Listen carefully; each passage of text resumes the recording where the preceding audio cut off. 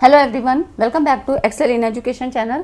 Friends, आज की इस वीडियो में हम लोग बात करेंगे यूनिट आपकी कम्युनिकेशन की। ठीक है, आपकी इस चैनल पे तैयारी यूजीसी नेट और सेट के एग्जाम के लिए होती है, जो कि 2023 में परीक्षाएं होने वाली हैं। तो उसमें हम पेपर 1 के बहुत सारे इंपॉर्टेंट टॉपिक्स को यहाँ पे कवर कर चुके हैं। तो आप लोग देख लीजिएगा, आपके नेट के लिए और सेट के एग्जाम के लिए इंपॉर्टेंट होंगी। ठीक है, तो आज की इस वीडियो में हम लोग कम्युनिकेशन को ही यहाँ पे डिस्कस करेंगे।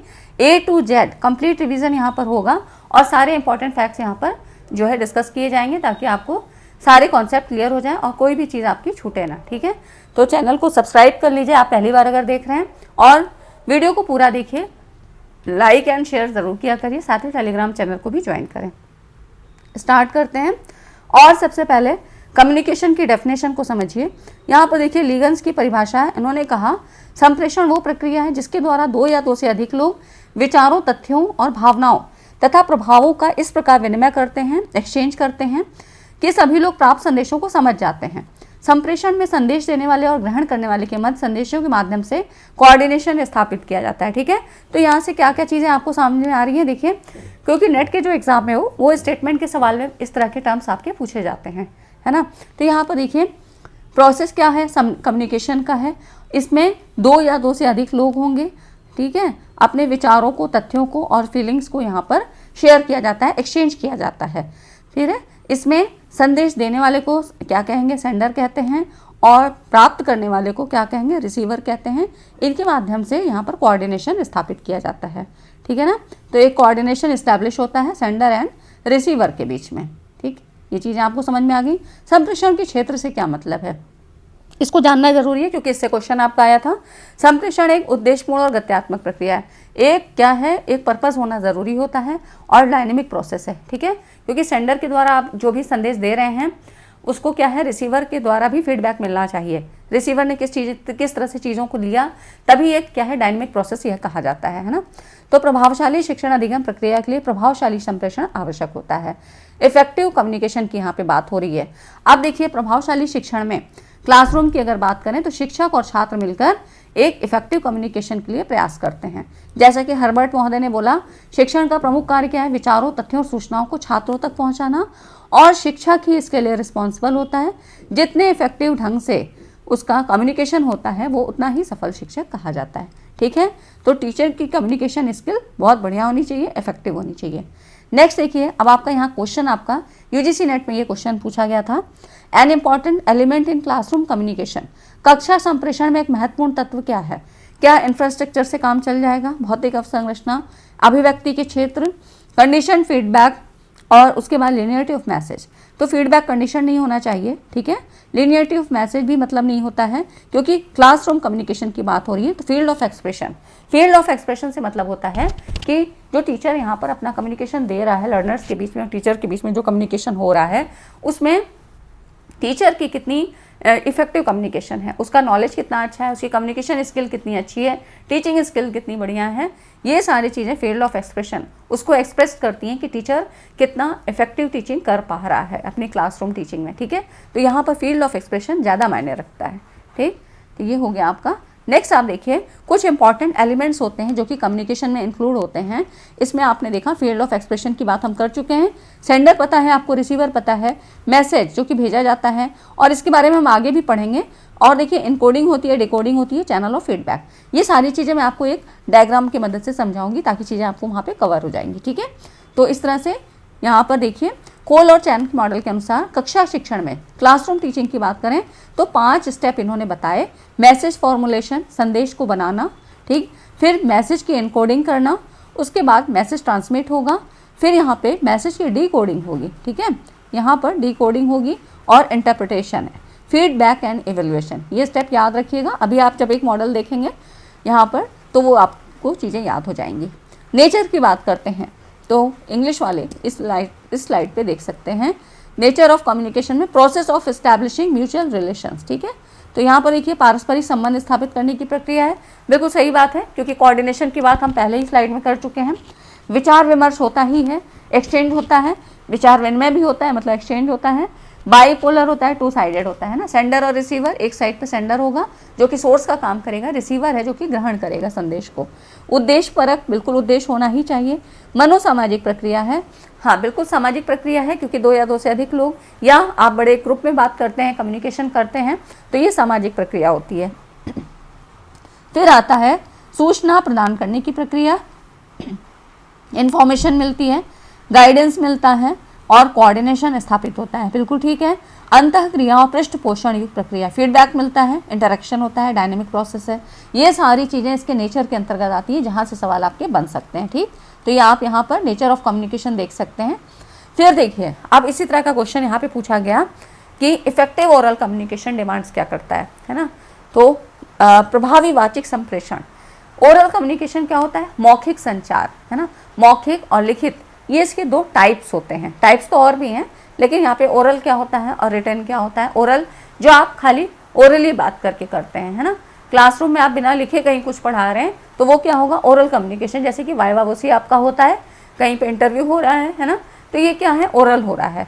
यहाँ पर कोई भी लिखित प्रमाण नहीं है, और इस तरह से क्या होता है कि आपके पास कोई साक्ष्य मौजूद नहीं होता है। ठीक है, तो यहाँ पर इफेक्टिव ओरल कम्युनिकेशन के लिए क्या क्या चीज़ें होंगी, तो इसमें देखिए, इसमें ओरल कम्युनिकेशन के लिए क्या है, आपकी बोलने की क्षमता बहुत अच्छी होनी चाहिए, मतलब सेल्फ कॉन्फिडेंस होना ही चाहिए। क्या लंबा विराम देख के आप अच्छा ओरल कम्युनिकेशन कर पाएंगे, बिल्कुल नहीं, है ना। कंसिस्टेंट प्रैक्टिस, बिना प्रैक्टिस के आप नहीं कर सकते हैं, है ना। कई बार आप चीज़ें भूल जाते हैं, जैसे मान लीजिए आपको कहीं स्पीच देने के लिए कह दिया गया, तो ये ओरल कम्युनिकेशन ही तो होगा। या आप किसी ग्रुप में कोई भी अपना वहाँ पर वो कर रहे हैं, मतलब डिबेट में आप पार्टिसिपेट कर रहे हैं, तो वहाँ चीज़ें क्या होंगी, प्रैक्टिस करनी पड़ेंगी, आपको याद रखना पड़ेगा, क्योंकि आप पेपर को वहाँ उसमें कंटेंट लिख के नहीं रख सकते हो। तो ये कंसिस्टेंट प्रैक्टिस, ठीक है ना। बिजनेस लाइन के अप्रोच का यहाँ कोई मतलब नहीं है। नोइंग द ऑडियंस, आपकी ऑडियंस किस तरह की है उसको जानना ज़रूरी होती है, ठीक है। और एग्रेसिव क्वेश्चनिंग यहाँ ये नहीं करना है ना। तो इस तरह से ये ऑप्शन आपका A, C एंड E ये हो जाता है इफेक्टिव ओरल कम्युनिकेशन, ठीक है। अब देखिए यहाँ पर प्रोसेस ऑफ कम्युनिकेशन को समझ लेते हैं। इसी में आपको जितने एलिमेंट्स थे उन सब के बारे में पता लग जाता है। तो आप देखिए यहाँ पर ये जो प्रोसेस ऑफ कम्युनिकेशन किस तरह है, क्योंकि जैसे कि पता है संप्रेषण एक सामाजिक प्रक्रिया है, इसके द्वारा मानवीय संबंध स्थापित होते हैं ना।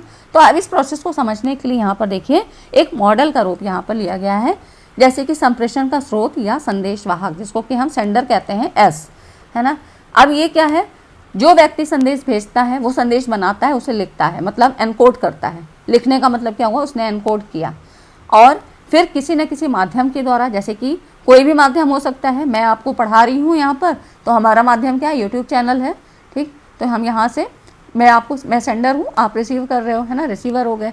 तो इस तरह से मैंने चीज़ें आपको दी, आपने एक माध्यम के द्वारा, जो कि यूट्यूब का प्लेटफॉर्म है, और इस तरह से आपने रिसीव की। तो फिर यहाँ पे क्या हो गया, डिकोडिंग हो गई, है ना।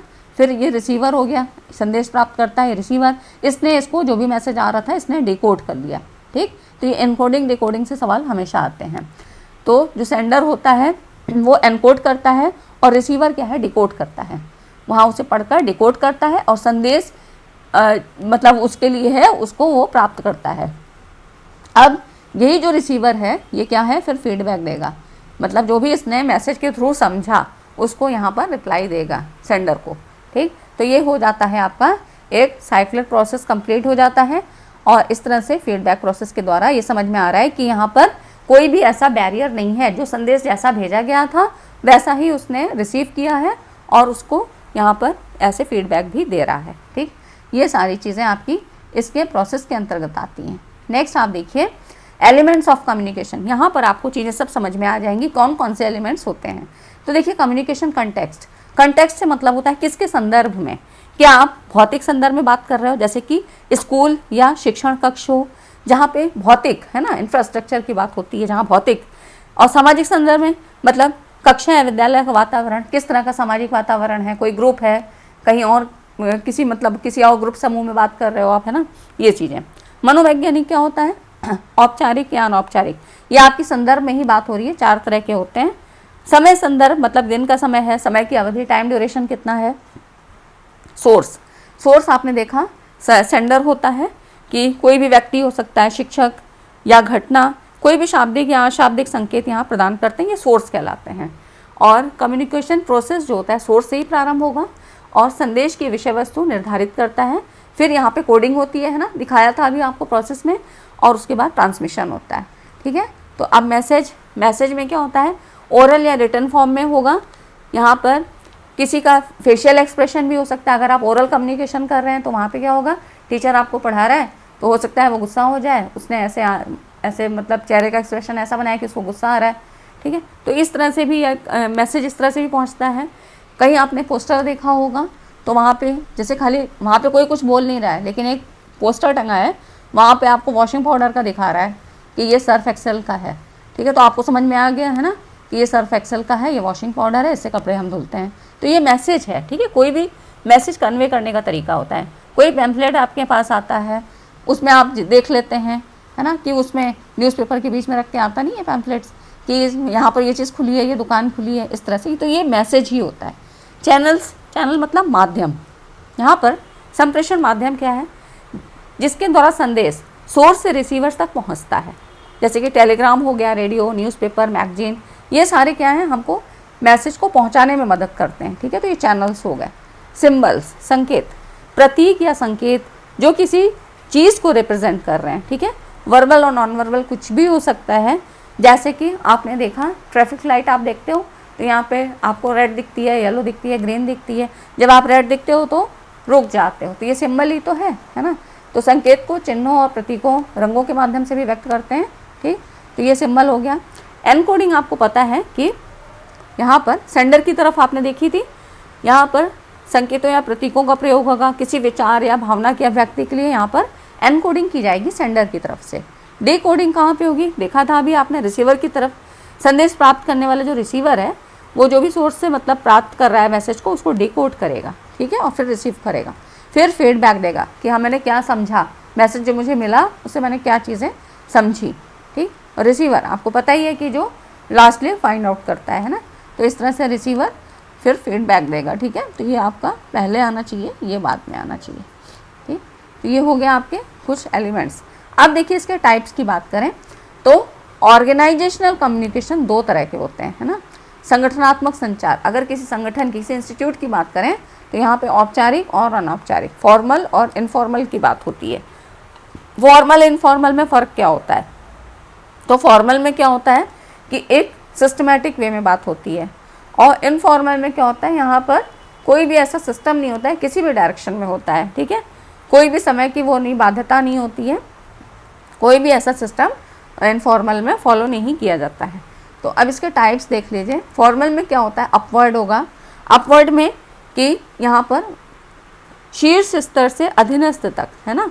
तो मतलब अपवर्ड जैसे किसी सूचना को अधिकारी तक पहुँचाना, ये अपवर्ड हो जाता है, ठीक। अप। और डाउनवर्ड मतलब ऊपर कोई अफसर है और इसने नीचे वालों को मैसेज दिया, तो ये डाउनवर्ड हो गया, ठीक है ना। हॉरिजॉन्टल में क्या होता है, ये इस टाइप से होता है जो सेम लेवल का होता है। हॉरिजॉन्टल में दो या दो से अधिक व्यक्तियों के बीच समान स्तर पर काम करने का यहाँ पर जो है मौका मिलता है, ठीक है ना, हॉरिजॉन्टल हो जाता है। डायगोनल में कैसा होता है, ये आपका हॉरिजॉन्टल हो गया, ये आपका डायगोनल होता है, ठीक ना। यहाँ पर एक है, यहाँ पर इसने ये इससे भी कम्युनिकेट कर सकता है, ये इससे भी कम्युनिकेट कर सकता है, ठीक है ना। तो ये आपका डायगोनल हो जाता है, विकर्ण जिसको बोलते हैं। इसमें विभिन्न विभागों में काम करने वाले व्यक्तियों और अथॉरिटीज़ के विभिन्न स्तरों के बीच जो है सूचना का प्रभाव होता है। जैसे कि मान लीजिए कॉलेज है ना, ये कॉलेज है और यहाँ पर फिजिक्स वाले हैं, ये यहाँ पर हिस्ट्री वाले हैं, तो ये इससे भी बात कर सकता है, ये मैथ वाला हिंदी वाले से भी बात कर सकता है, ठीक। तो ये ज़रूरी नहीं है कि फिजिक्स का है तो फिजिक्स वाले से ही बात करेगा, ठीक। ये हो जाती हैं। इनफॉर्मल कम्युनिकेशन में क्या होता है, इनफॉर्मल कम्युनिकेशन मतलब कि यहाँ पर कोई भी जो है ऑफिशियली जो है एक दूसरे से यहाँ पर नहीं जुड़े होते हैं, और कोई भी ऐसा सिस्टम नहीं होता है, किसी भी डायरेक्शन में यहाँ पर प्रवाह हो सकता है, मैसेज जो है इन्फॉर्मेशन मतलब मैसेज कुछ भी जा सकता है, ठीक है ना। इसका एक सबसे ज़्यादा एग्जाम्पल होता है, ये इसका एग्जाम्पल है जो सबका इसका टाइप पूछा जाता है, grey point communication. Grey point communication से सवाल अक्सर बने हैं, यूजीसी नेट में बहुत पूछे गए हैं। तो यहाँ पर देखिए ग्रे पॉइंट कम्युनिकेशन पहले तो यही पूछता है कि किसके अंतर्गत आता है, तो ये इनफॉर्मल कम्युनिकेशन है, ठीक है ना। तो इसके बारे में मैंने एक वीडियो पूरी बना रखी है, तो उसको आप लोग देख लीजिएगा। ये इनफॉर्मल कम्युनिकेशन होता है, इसमें भी आपके 4 टाइप्स होते हैं, ठीक है ना। तो जिसमें कि सिंगल स्टैंड, और यहाँ पर फिर आता है गपशप, प्रोबेबिलिटी और क्लस्टर। तो ये ग्रे पॉइंट कम्युनिकेशन में भी कुछ टाइप्स होते हैं कि किस किस तरीके से होता है ना। तो ये हो गया फॉर्मल, इनफॉर्मल। उसके बाद फॉर्मल में भी और कई तरह के होते हैं, जैसे कि व्हील टाइप का। तो व्हील टाइप में कुछ ऐसे होगा, बीच में जो सेंटर आदमी होगा नेता टाइप का, वो ऐसे ऐसे बात करेगा, है ना, इस तरह से हो जाता है।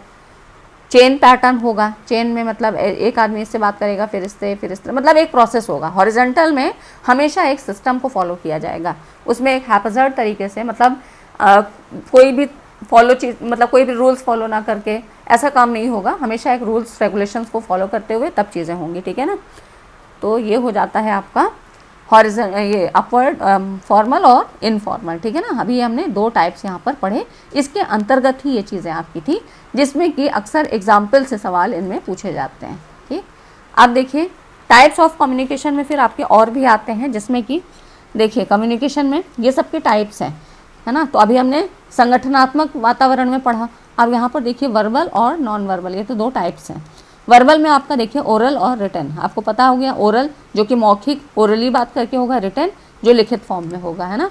तो अब आप अपने आप भी सोच सकते हैं ना, ओरल में फ़ायदा क्या होगा और कमी क्या होगी, अच्छा क्या है, बुरा क्या है। रिटन में जैसे आपको पता लगा लिखा हुआ है, तो कोई क्या है, प्रूफ, साक्ष्य के आधार पर आप कभी भी जो है रख सकते हैं। कहीं पर भी मान लीजिए ऑफिस वगैरह में तो अक्सर ये होता है ना कि पता नहीं किसने क्या कहा, कोई प्रूफ नहीं है, तो ओरली बात हो गई। लेकिन अगर वहाँ पे लिखित प्रमाण आपके पास है तो आप पेश कर सकते हैं कि नहीं नहीं इसने ऐसा लिखा था, ऐसा कहा था, ठीक। तो ये चीज़ें वर्बल कम्युनिकेशन। नॉन वर्बल में क्या होता है, अब देखिए यहाँ पर वाणी संप्रेषण, है ना, वाणी संकेत, जो कि कैसे आप बोल के बताओगे। जैसे कि कोई चीज़ आपके अनुरूप नहीं है, आप उसमें इंटरेस्ट नहीं ले रहे हो, तो आप बोल देते हो हाँ ठीक है, ऐसे बोल दिया, या कोई बात नहीं है, बस हल्का सा छोटा सा जवाब आपने दे दिया।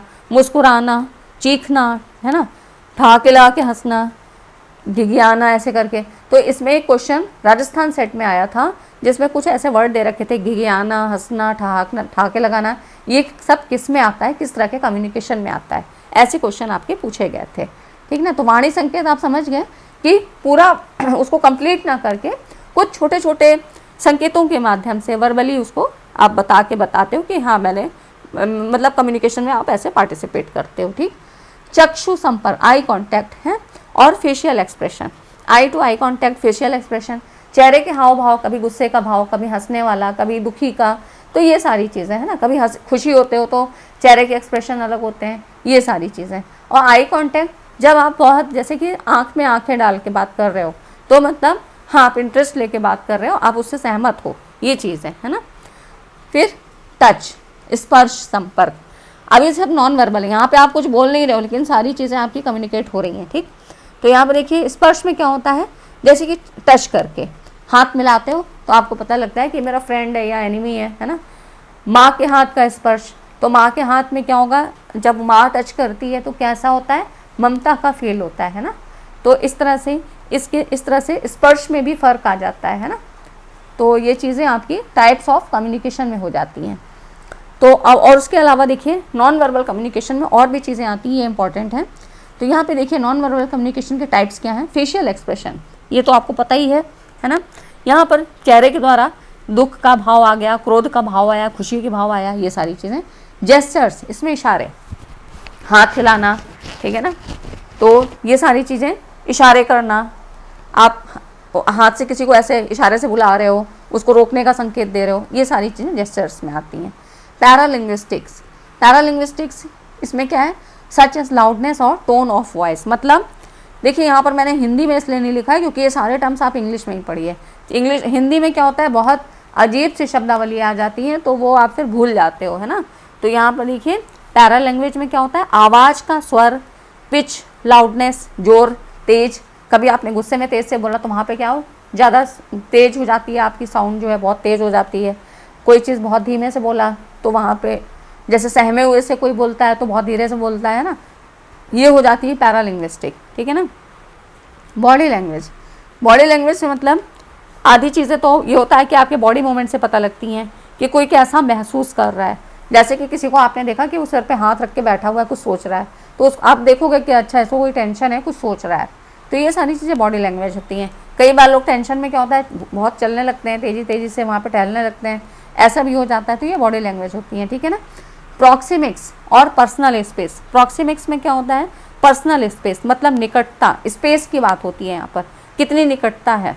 अगर आपका कोई फ्रेंड है, उससे मतलब डिस्टेंस देख के आपका पता लगता है कि कितने निकट हो उसके, तो ये चीज़ें ये प्रॉक्सिमिक्स में आती हैं। पर्सनल स्पेस, अगर कोई आप जिसको पसंद नहीं करते हो तो देख के ही पता लग जाएगा कि इसको पसंद नहीं कर रहे हो, वहाँ पे कितनी डिस्टेंस से बात हो रही है, ये चीज़ें, ठीक है ना। आई गेज, आई कॉन्टैक्ट मतलब, आई कॉन्टैक्ट में हमें मतलब जैसे कि एक रिलेशन बनाने में हमको कम्युनिकेशन, मतलब कम्युनिकेशन में रिलेशन बनाने में यहाँ पे आई कॉन्टैक्ट भी महत्वपूर्ण भूमिका निभाता है। आई टू आई कॉन्टैक्ट मतलब संवाद करने में आप जैसे आँख से आँखें मिल जाती हैं तो ये होता है कि हाँ आप तैयार हो, हमारी बात सुन रहे हो, इंटरेस्ट ले रहे हो। और अगर नज़रें चुराना जैसे कि हो जाता है ना कि कोई इंटरेस्ट नहीं ले रहा है, मिलना नहीं चाहता है, ये चीज़ें। अपीयरेंस, अपीयरेंस मतलब उपस्थिति, उसमें आपके मतलब ड्रेसिंग सेंस काम आता है, और आपने बाल किस तरह बनाए हैं, किस तरह से आप कौन से कलर यूज़ करते हो ज़्यादा, तो आपके कुछ मतलब उसकी पता लगती है कि किस तरह का आपका बिहेवियर कैसा होगा, आपकी कैरेक्टरिस्टिक कैसी होगी। ये सारी चीज़ें आपकी अपीयरेंस से पता लगती हैं कि रहने का स्टाइल, आपका ड्रेसिंग का स्टाइल किस तरह से है, आप कैसे चीज़ों को कैरी करते हो, ये सारी चीज़ें अपीयरेंस में आती हैं, उपस्थिति, ठीक ना। उसके बाद आर्टिफैक्ट्स, आर्टिफैक्ट्स में क्या है, ऑब्जेक्ट्स एंड इमेज। यहाँ पर देखिए ऑब्जेक्ट्स और इमेज से मतलब क्या है, कलाकृति मतलब वस्तु और कल्पनाएं। जैसे कि कोई चीज़ आपको रिप्रेजेंट करनी है तो वहाँ पर किस तरह से आप उसको ऑब्जेक्ट के रूप में या इमेज उसकी कैसे बनाओगे। जैसे कि अगर आपने देखा कि ये डॉक्टर है, आप उसको कैसे पहचानते हो, अगर वो कोई भी सफ़ेद लैब कोट पहने हैं या इस तरह से कोई भी एप्रन पहना है तो वहाँ पे पता लग जाता है कि ये डॉक्टर है ना, स्टेथोस्कोप लटकाया है उसने, तो इस तरह से पता लग जाता है। अगर कोई आप आर्मी के ड्रेस में किसी को देखते हो तो वहाँ पे पता लगता है ये फौजी है ना, डिफेंस का आदमी है। तो इस तरह से ये आर्टिफैक्ट्स रहते हैं ऑब्जेक्ट्स और इमेज के द्वारा। हैप्टिक्स मतलब टच स्पर्श के द्वारा, ये स्पर्श के द्वारा आपने कम्युनिकेशन के द्वारा मतलब कम्युनिकेट कर लिया कि ये माँ का स्पर्श है या ये पिता का स्नेह है, ठीक है। तो ये सारी चीज़ें आपकी हैप्टिक्स में आती है, नॉन वर्बल कम्युनिकेशन है। अब देखिए यहाँ पर कुछ और वर्ड्स आते हैं जैसे कि काइनेसिक्स, बहुत पूछा जाता है, ये भी नॉन वर्बल कम्युनिकेशन का ही रूप है। तो इसको संप्रेषण के संदर्भ में कम्युनिकेशन के जो है कॉन्टेक्स्ट में शारीरिक गतिविधियों के अध्ययन के रूप में परिभाषित किया है, ठीक। तो जो शारीरिक गतिविधियाँ होती हैं, स्टडी ऑफ बॉडीली मूवमेंट्स है ना, तो यहाँ पे लिया जाता है जैसे कि बॉडी लैंग्वेज, आपका साइन लैंग्वेज और para language, touch, eye contact, ये सब किस में आते हैं, काइनेसिक्स में आते हैं, ठीक ना। और उतनी सारी चीज़ें हमने उतने टर्म्स पढ़ लिए वो आपके नॉन वर्बल कम्युनिकेशन में थे।